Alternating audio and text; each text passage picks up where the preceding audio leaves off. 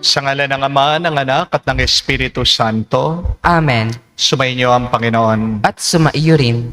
Mga kapatid, sa araw na ito, ating pinagdiriwang ang banal na kapistahan, ang pagkamartir ni San Maximilian Kolbe.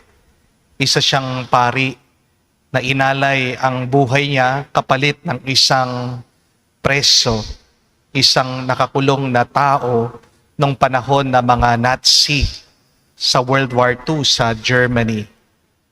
Imbis na ang taong yun, isang ama, isang asawa, ang patayin ng mga sundalo, nakipagpalit siya ng pwesto sa kanya, binigay niya ang kanyang buhay.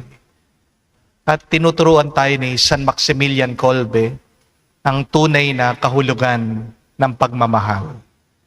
Ang pagmamahal ay hindi lang pagbibigay.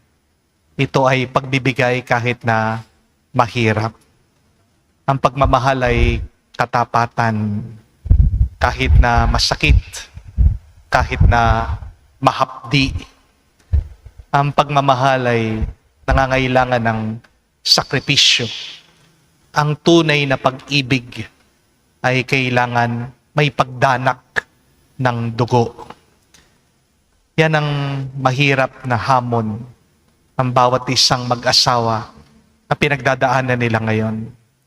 Minsan pag tayo ay susugat, nahihirapan sa ating mga relasyon, ang natural tendency natin, kalaunan, gusto nating umiwas, gusto nating huminto, umaayaw tayo. Pero kung magpapatuloy tayo na may pagmamahal, pag-ibig sa ating mga puso, lalong-lalo na sa tulong ng grasya ng Diyos, makakatagpo tayo ng pagpapala ng himala galing sa Diyos. Hilingin natin ang panalangin ni San Maximilian, lalong-lalo na sa mga mag-asawa na nahihirapan sa kanilang mga relasyon. At para tayong lahat ay makitang karapat dapat makatanggap sa mga banal na misteryo, hilingin natin muli ang awa at pagpapatawad ng Diyos. Inaamin ko Sa makapangyarihang Diyos at sa inyo mga kapatid, na lubha akong nagkasala sa isip, sa salita, sa gawa at sa aking pagkukulang. Kaya isinasamo ko sa mahal na Birheng Maria, sa lahat ng mga anghel at mga banal, at sa inyo mga kapatid, na ako'y ipanalangin sa Panginoong ating Diyos. kawan tayo na makapangyarihang Diyos. Patawarin tayo sa ating mga kasalanan at patnubayan tayo sa buhay na walang hanggan. Amen. Panginoon, kaawaan mo kami. Panginoon, kaawaan mo kami. Kristo, kaawaan mo kami. Kristo, kaawaan mo kami. Panginoon, kaawaan mo kami. Panginoon, kaawaan mo kami. Manalangin tayo. Ama naming makapangyarihan, ginawa mong manaig sa mga pahirap ang martir na si San Maximilian Kolbe. Pagkaloob mong kaming nagdiriwang ngayon sa kanyang tagumpay, ay makapanatili di natitinag na mga kumakalaban, pakundangan sa iyong pagkupkop sa amin araw-araw. Sa pamagitan ni Jesucristo kasama ng Espiritu Santo, magpa sa walang hanggan. Amen. Pagbasa mula sa aklat ni Propeta Ezekiel. Sinabi sa akin ng Panginoon, "Tao, ipamukha mo sa Jerusalem ang kanyang kasuklam-suklam na gawain.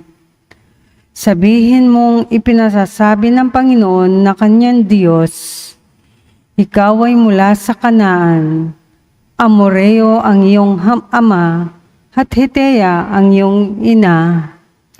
Nang ikaw ay silang, hindi ka pinutulan ng pusod, ni pinaliguan, ni kinuskos ng asin, ni binalot ng lampin.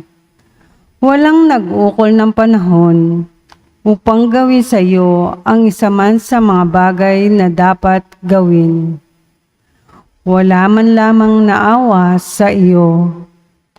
Basta ka na lamang inilapag sa lupa nang ikaw ay isilang. Nadaanan kitang kakawag-kawag sa sarili mong dugo. Sinabi ko sa iyo noon na mabubuhay ka at lalaking tulad ng mga halaman sa parang. Lumaki ka nga at naging dalaga. Maganda ang iyong dibdib. Mahaba ang iyong buhok, ngunit ikaw ay hubad. Nang madaanan kita uli, nakita kong ikaw ay ganap ng dalaga. At ibinalabal ko sa iyo ang aking kasuotan upang matakpan ang iyong kahubaran. Nangako ako sa iyo ng buong katapatan. Nakipagtipan ako sa iyo at ikaw ay naging akin. Pinaliguan kita, nilinis ko ang dugo mo sa katawan at pinahiran kita ng langis. Dinamtan kita ng may magandang burda at sinuotan ng sandalyas na balat. Binalot kita ng pinong lino at damit na seda. Sinuotan kita ng pulseras sa magkabilang braso at binigyan ng kwintas. Binigyan din kita ng hikaw sa ilong at tainga. Pinutungan kita ng isang magandang korona. Nagayakan ka ng halahas na pilak at ginto. Ang kasuotan mo'y pinong lino, piling seda at telang nabubordahan ng maganda. Ang pagkain mo'y yari sa pinakamainam na harina. Pulot pukyutan at langis ang iyong inumin. Lumaki kang walang kasing ganda at nalagay sa katayuan ng isang reyna. Natanyag sa lahat ng bansa ang iyong kagandahan, pagkat lalo itong pinatingkad ng mga panamuting iginayak ko sa iyo. Ngunit naging palalo ka dahil sa iyong kagandahan. Ano pat nabayo ka sa pagiging patutot at ang sarili mo'y ipinangkin sa lahat ng makita mo. Gayunman, hindi ko na rin kalilimutan ang ginawa kong tipan sa iyo nang ikaw ay bata pa. Ngayon ay gagawa ko ng tipan para sa atin. Hindi ito masisira kailanman. Sa sandaling ipatawad ko ang lahat mong kasalanan. Matitikom ang bibig mo dahil sa laki ng kahihiyan. Ang salita ng Diyos. Salamat sa Diyos. Galit ng Diyos ay naparam, pinatawad niya ang tanan. Galit ng Diyos ay naparam, pinatawad niya ang tanan. Ang Diyos ang siyang nagliligtas sa akin. Tiwalang-tiwala ko at wala muntimang pangamba, sapagkat ang puon ang lahat sa akin. Siya ang aking awit, ang aking kaligtasan. Malugod kayong sasalok ng tubig sa batis ng kaligtasan. Galit ng Diyos ay naparam, pinatawad niya ang tanan. Magpasalamat kayo sa puon. Siya ang iyong tawagan. Ipaalam ninyo sa mga bansa ang kanyang ginawa. Ipahayag ninyo ang kadakilaan ng kanyang pangalan. Galit ng Diyos ay naparam, pinatawad niya ang tanan. Umawit kayo ng papuri sa puon, sapagkat kahanga-hanga ang kanyang mga ginawa. Ipahayag ninyo sa buong daigdig. Mga anak ng Siyon, umawit kayo ng buong galak, sapagkat nasa piling ninyo ang dakila at banal ng Israel. Galit ng Diyos ay naparam, pinatawad niya ang tanan. Tanggapin niyo ang salita na di sa tao nagmula, kundi sa Diyos na dakila. Aleluya, aleluya. Sumainyo ang Panginoon. At sumaiyo rin. Ang mabuting balita ng Panginoon ayon kay San Mateo. Papuri sa iyo, Panginoon. Nung panong yun, may mga Pariseyong lumapit kay Jesus at tinangkang siluin siya sa pamagitan ng tanong na ito. Naayon ba sa kautusan na hiwalayan ng lalaki ang kanyang asawa sa kahit anong kadahilanan? Sumagot si Jesus, hindi pa ba ninyo nababasa sa kasulatan na sa pasimulay nilalang sila ng may kapal, lalaki at babae? At sinabi dahil dito, iiwan ng lalaki ang kanyang ama't ina at magsasama sila ng kanyang asawa. At sila'y magiging isa. Kaya't hindi na sila dalawa, kundi isa. Ang pinagsama ng Diyos ay huwag paghiwalayin ng tao. Tinanong siya ng mga Pariseo, bakit iniutos ni Moises na bigyan ng lalaki ang kanyang asawa ng kasulatan na paghihiwalay bago hiwalayan iyon? Sumagot si Jesus, dahil sa katigasan ng inyong ulo. Kaya pinahintulot ni Moises na hiwalayan ninyo ang inyong asawa. Subalit, hindi gayon sa pasimula. Kaya sinasabi ko sa inyo, sino mang lalaking humiwalay sa kanyang asawa sa anumang dahilan liban sa pakikiapid at mag-asawa sa iba, ay nangangalunya.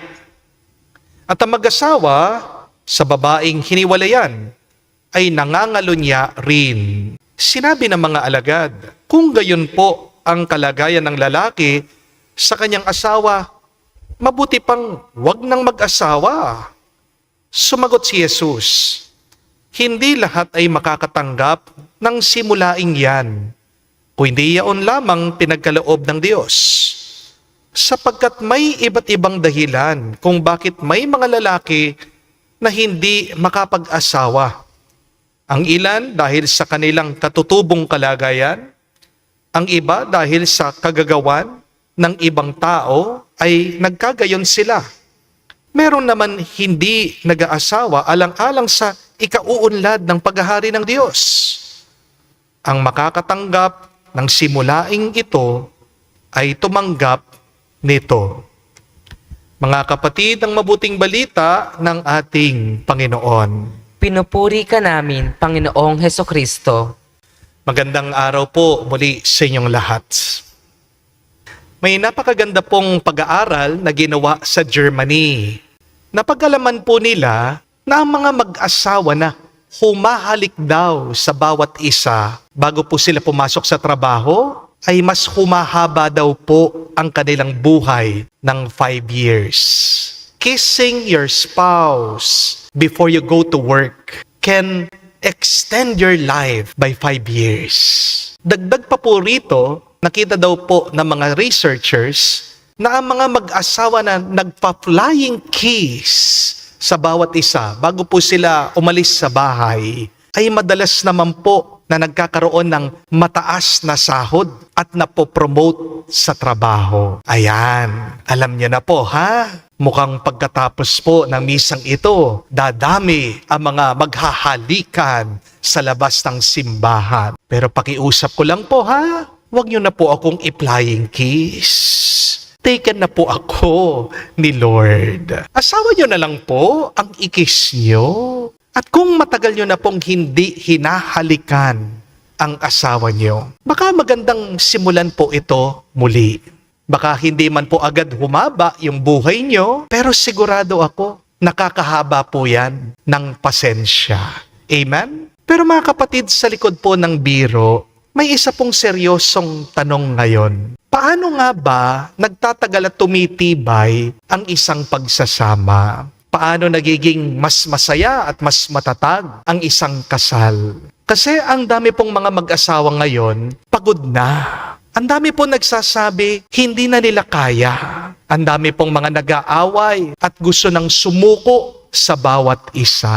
Nagpapasalamat po tayo sa Diyos dahil may iniwan siyang 3 turo dito po sa ating nabasang ebanghelyo kung paano mananatiling nagmamahalan ang mga mag-asawa. Una po, huwag niyong kalimutan. Ang asawa mo ay hindi lang pinili mo. Siya din ay pinagkatiwala ng Diyos sa'yo. Napakaganda po ng turo, sabi ng ating Panginoong Hesukristo. Jesus said, what God has joined together, man must not separate. Pansinin niyo po ang sabi ng Panginoon. Hindi niya sinabi, what man has joined together. Ang sabi niya, what God has joined together. Ibig po sabihin, sa pananaw ng pananampalataya, ang kasal hindi lamang po kasunduan ng 2 taong nagmamahalan. Ang kasal ay tipan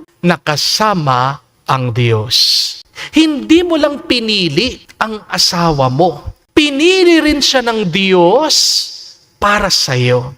Ito po ang problema minsan sa marriage. Nung boyfriend at girlfriend pa, nagdadasal sila. Lord, sana siya na. Lord, ibigay mo naman siya sa akin. Lord, kahit na ano gagawin ko para maging kami lang. Pero pagkatapos po ng 10 taon na magkasama sila, na mag-asawa na sila, pansin nyo, nag-iiba na yung panalangin nila. Hindi po ba? Anong sinasabi? Lord, bakit naman itong binigay mo sa akin? Lord, hanggang kailan kaya mabubuhay ito? Lord, bakit hindi mo pa siya kunin? Dati sinasabi, Lord, sana siyang forever. Pero ngayon, sinasabi, Lord, ayaw ko na, patayin mo na ito. Mga kapatid, madaling magmahal kapag lovable ang isang tao. Di po ba? Madaling magmahal kapag sweet siya. Madaling magmahal kapag walang problema sa pera. Madaling magmahal kapag healthy siya. Madaling magmahal kapag walang disagreement. Pero ang tunay na lalim ng kasal ay makikita mo kapag dumarating na yung mga araw na mahirap ng magmahal. Dahil ang Christian marriage po ay hindi lamang I love you because you make me happy. Ang tunay na pagmamahal nating mga Kristiyano ay I choose to love you even on days when loving you requires sacrifice. Hindi po ibig sabihin nito na dapat tiisin na natin ang pag-aabuso, ang karahasan, o ang panganib.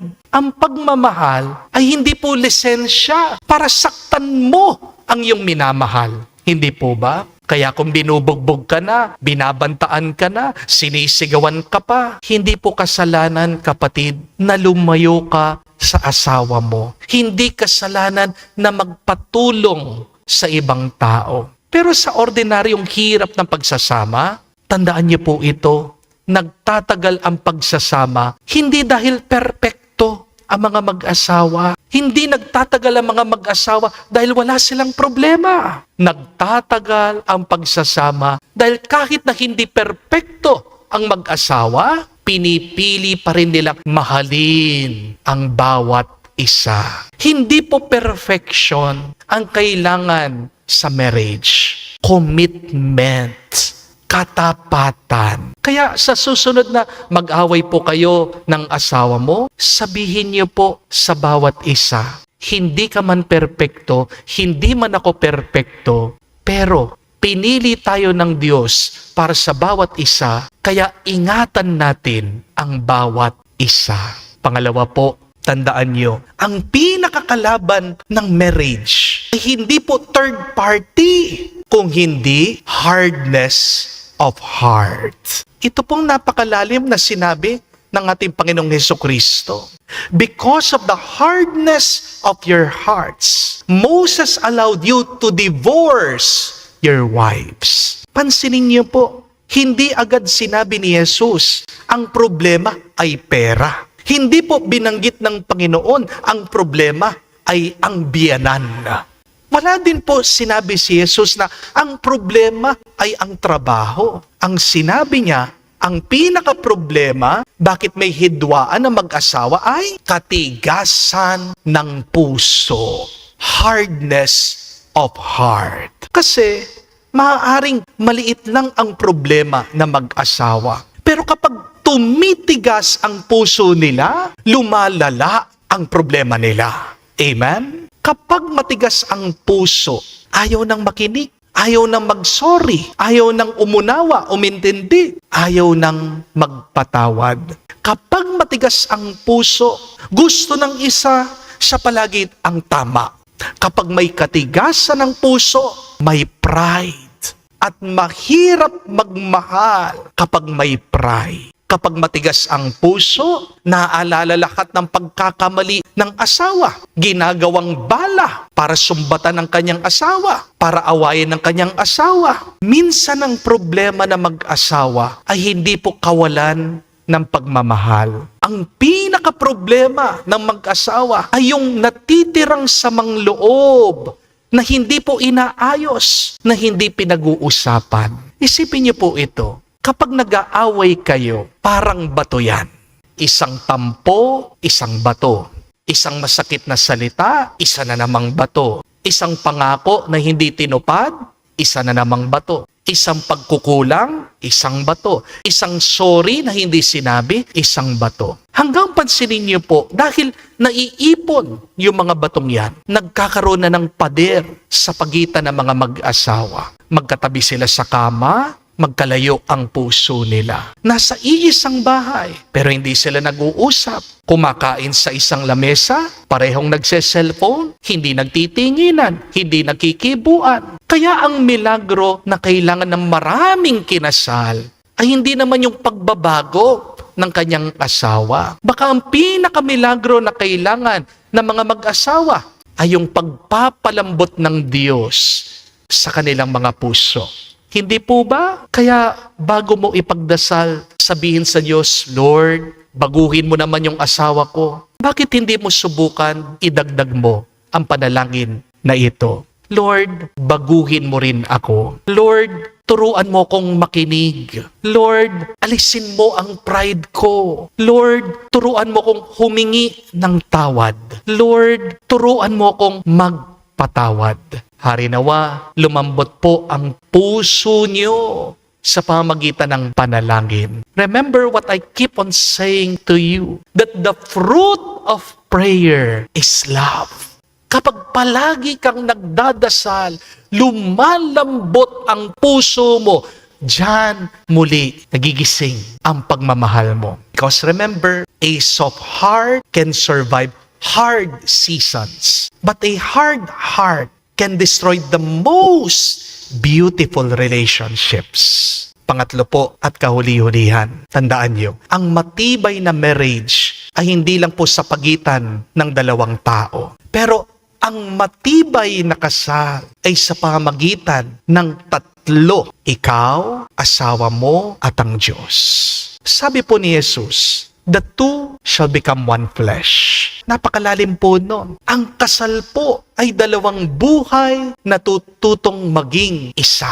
Pero, paano magiging isa yung dalawang taong magkaiba? Magkaiba ang ugali, magkaibang pagpapalaki, magkaibang pag-iisip, magkaiba ang priorities, magkaibang temperament. Minsan, pansinin niyo po, pati aircon na lang, hindi magkasundo. Yung isa, giniginaw na, 25 degrees pa lang. Habang yung isa, 18 degrees na, naiinitan pa rin. Yung isa, gusto mag-ipon. Habang yung isa, gusto naman mag-shopping. Yung isa, tahimik kapag galit.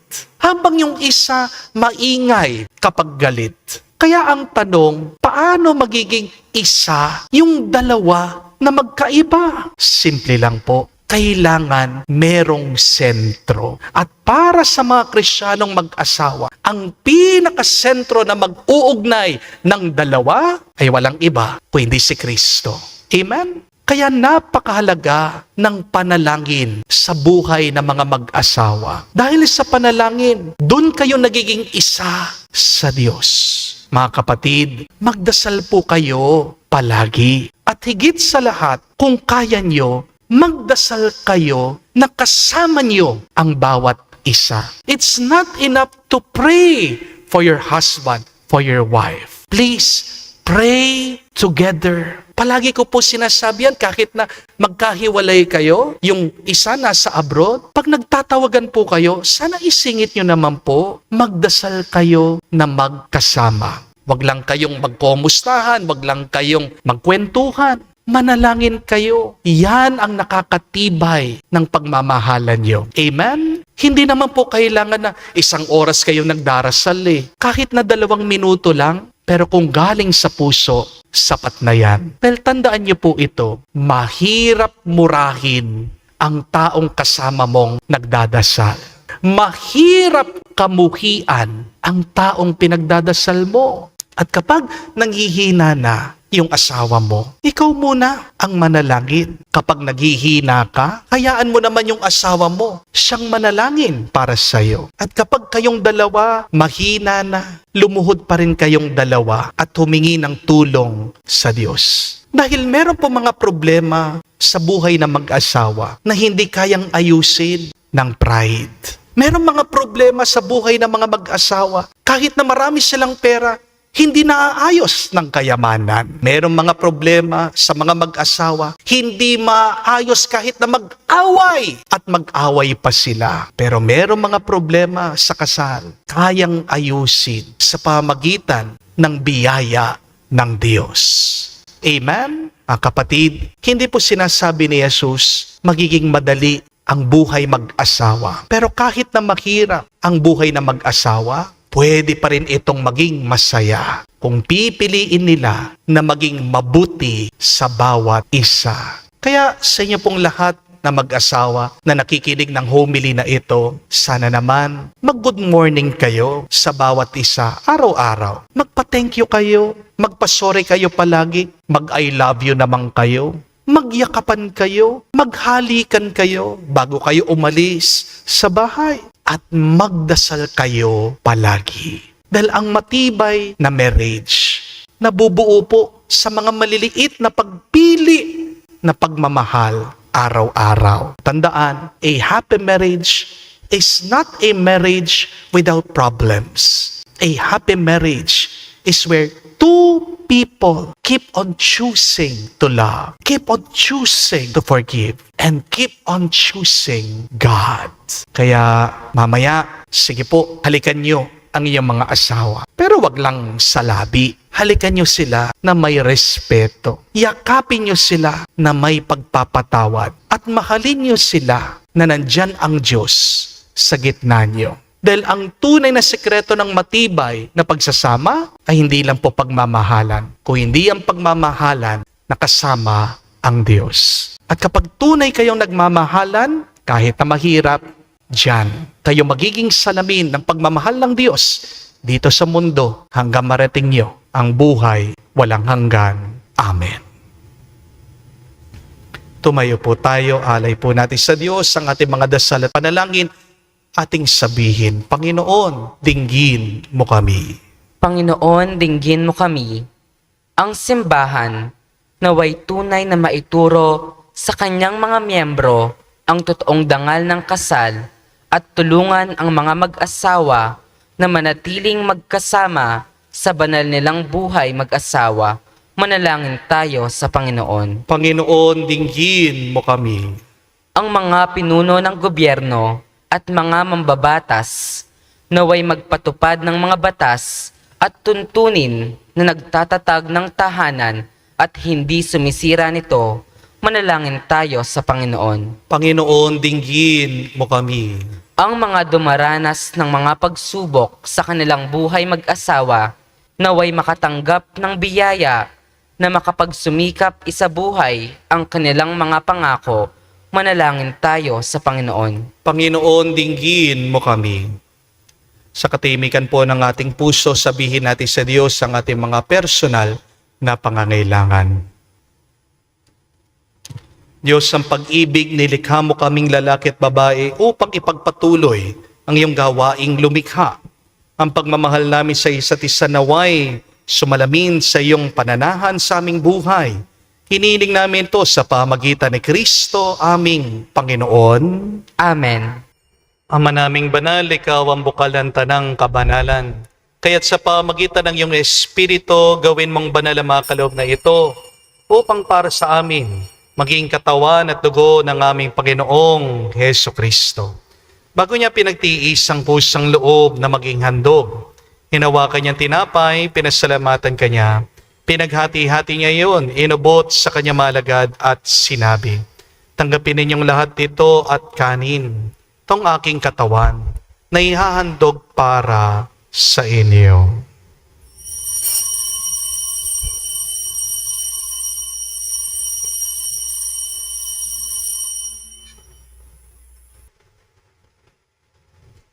Gayon din naman na matapos ang hapunan, hinawakan niyang kalis. Muli kanyang pinasalamatan. Nabot niya ang kalis sa kanya malagad at sinabi, tanggapin ninyong lahat ito at inumin. Ito ang kalis ng aking dugo, ng bago at walang hanggan tipan. Ang aking dugo na ibubuhos para sa inyo at para sa lahat. sa ipagpapatawad ng mga kasalanan. Gawin ninyo ito sa pag-alaala sa akin.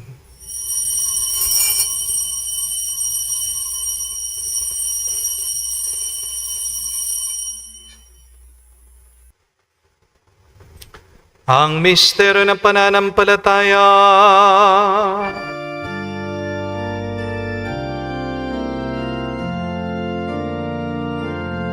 Si Kristo ay namatay, si Kristo ay nabuhay,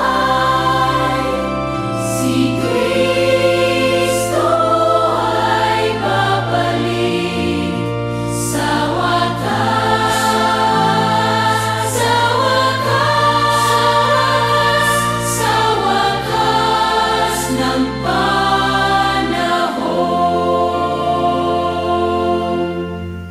Ama, ginagawa namin ngayon ang pag-alaala sa pagkamatay muling pagkabuhay ng iyong anak. Kaya tinialay namin sa iyong tinapay nagbibigay buhay at ang kalis na nagkakaloob ng kaligtasan. Kami nagpapasalamat dahil kami iyong minarapat na tumayo sa harap mo para maglingkod sa iyo. Sinasamo namin kami magsalo-salo sa katawan at dugo ni Kristo ay mabuklod sa pagkakaisa sa pamagitan ng Espiritu Santo. Amalingapin mong iyong simbahan, laganap sa buong daigdig. Puspusin mo kami sa pag-ibig. Kay San Leon ang aming Santo Papa, si Florentino aming Arsobispo at ng Tanang Kaparian. Alalahanin mo rin ang aming mga kapatid na nahimlay. May pag-asang sila'y muling mabubuhay. Gayon din naman lahat ng mga pumanaw. Kawan mo't sila't patuloyin sa iyong kaliwanagan. Kawan mo't pagindapatin kaming lahat, makasalo sa iyong buhay na walang wakas. Kaisa na mahal na Birhen Maria, Ina ng Diyos. Kaisa ni San Jose ang kanyang malwalhating esposo. Kaisa ng mga apostol, lahat ng mga banal. Kaisa ni San Maximilian Kolbe na namuhay dito sa daigdig na kalugod-lugod sa iyo. May pagdiwang nawa namin ang pagpupuri sa ikararangal mo sa pamagitan ng iyong anak aming Panginoong Heso Kristo. Sa pamamagitan ni Kristo, kasama niya at sa Kanya, ang lahat ng parangal at papuri ay sa iyo, Diyos Ama, makapangyarihan, kasama ng Espiritu Santo, magpasawalang hanggan. Amen, Amen, Amen, Amen, Amen. Sa nakagaling na utos sa turo ni Jesus sa Panginoon natin na Diyos, ipahayag natin ang lakas, loob.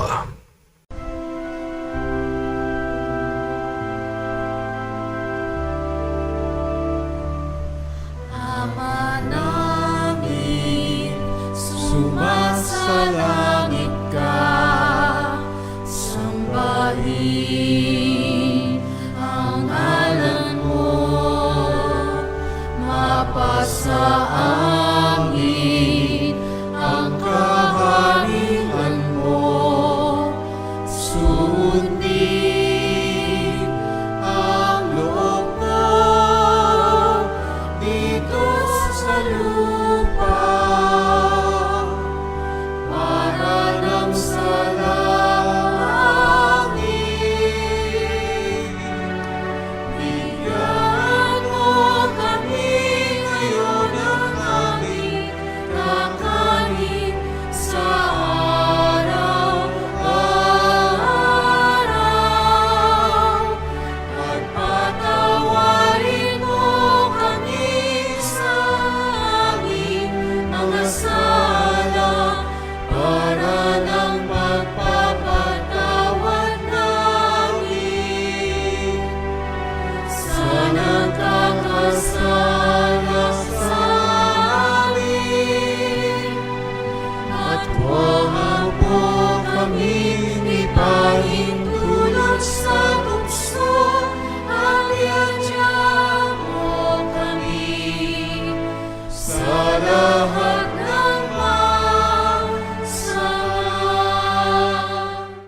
Hinihiling namin kami, Diyos, sa lahat na masama, pagkalooban ng kapayapaan araw-araw, ligtas sa kasalanan, ilayo sa lahat ng kapamakan, samantalang aming pinanabikan ang dakilang araw ng pagpapahayag ng tagapagligtas naming si Jesucristo. Sapagkat iyo ang kaharian at ang kapangyarihan at ang kapurihan magpakailanman. Amen. Panginoong Jesucristo, sinabi mo sa mga apostol, kapayapaan ang iniiwan ko sa inyo. Ang aking kapayapaan binibigay ko sa inyo. Tunghayan mo ang aming pananampalataya at huwag ang aming pagkakasala. Pagkalooban mo kami ng kapayapaan at pagkakaisa ayon sa iyong kalooban. Kasama ng Espiritu Santo, magpa sa walang hanggan. Amen. Kapayapaan ng Panginoon ay laging sumainyo. At sumaiyo rin. Magbigayan po tayo ng kapayapaan sa bawat isa. Peace with you po, kapayapaan po sa bawat isa.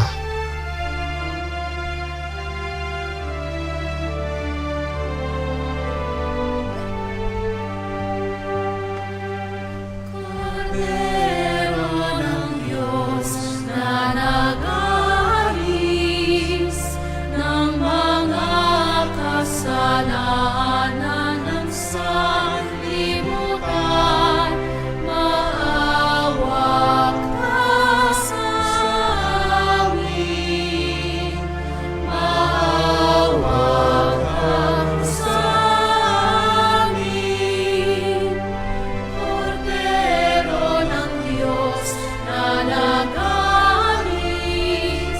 ng mga kasalanan ng sanlibutan, maawa ka sa amin. Maawa ka sa amin.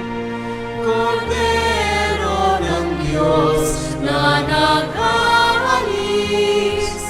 ng mga kasalanan ng sanlibutan, ipagkaloob mo sa amin ang kapayapaan.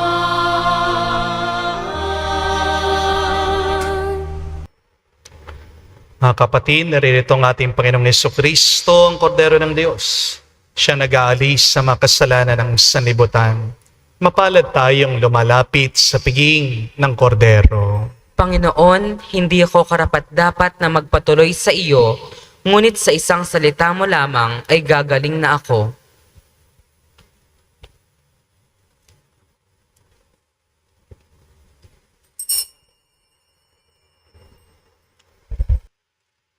Manalangin tayo.